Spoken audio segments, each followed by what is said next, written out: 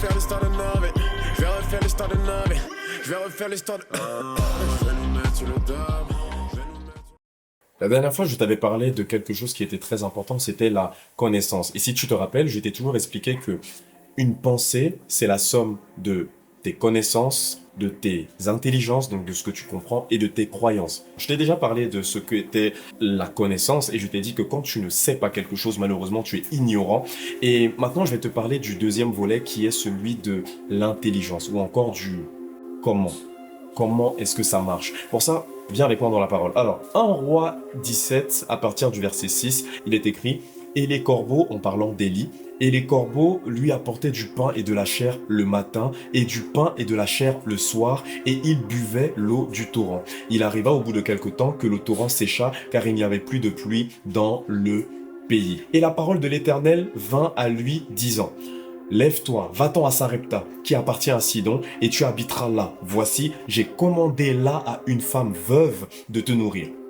Magnifique. Tu vois un homme qu'on appelle Élie, ok? Tu vois un homme qui était dans une saison assez particulière de sa vie, mais on te raconte que tous les matins, tous les midis et tous les soirs, il était nourri d'une manière absolument miraculeuse par Dieu lui-même.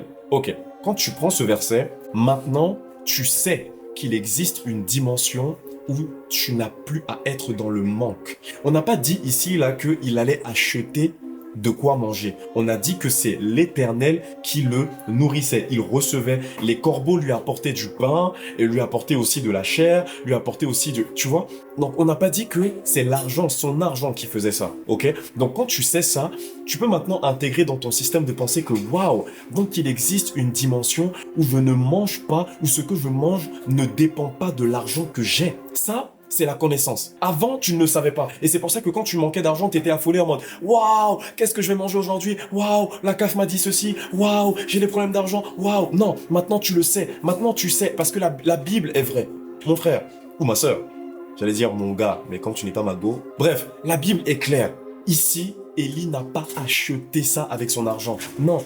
C'est venu d'une manière surnaturelle, les corbeaux en l'occurrence. Mais toujours est-il que c'est surnaturel. Donc maintenant, tu sais qu'il existe une dimension dans laquelle tu n'es pas dépendant des ressources financières que tu as.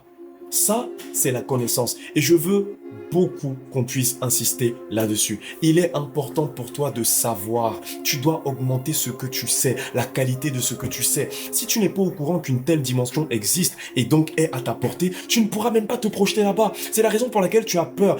Écoute, la plupart des moments où tu es fébrile dans ta vie, c'est parce qu'il y a une connaissance que tu n'as pas. Quand Élisée était encerclé par l'armée qui venait pour le prendre, le saisir et lui faire du mal, il était calme, mais son serviteur Géasi était affolé. Il lui a dit, Seigneur, je prie pour que tu ouvres les yeux de mon serviteur, afin que ses yeux puissent voir. Dès que Géasi a vu qu'en vérité, les personnes qui étaient avec eux étaient plus nombreuses que les personnes qui étaient contre eux, ça fait toute la différence. C'est la même chose. Il y a quelque chose que tu ne sais pas qui fait en sorte que tu paniques trop facilement quand les épreuves arrivent. Tu paniques trop facilement quand les saisons traînent. Tu paniques beaucoup trop facilement à cause de ton ignorance. Et c'est ça que je veux tuer aujourd'hui.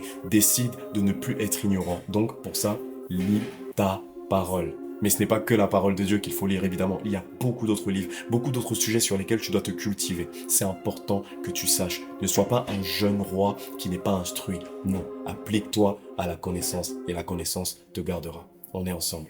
C'était le jeune roi.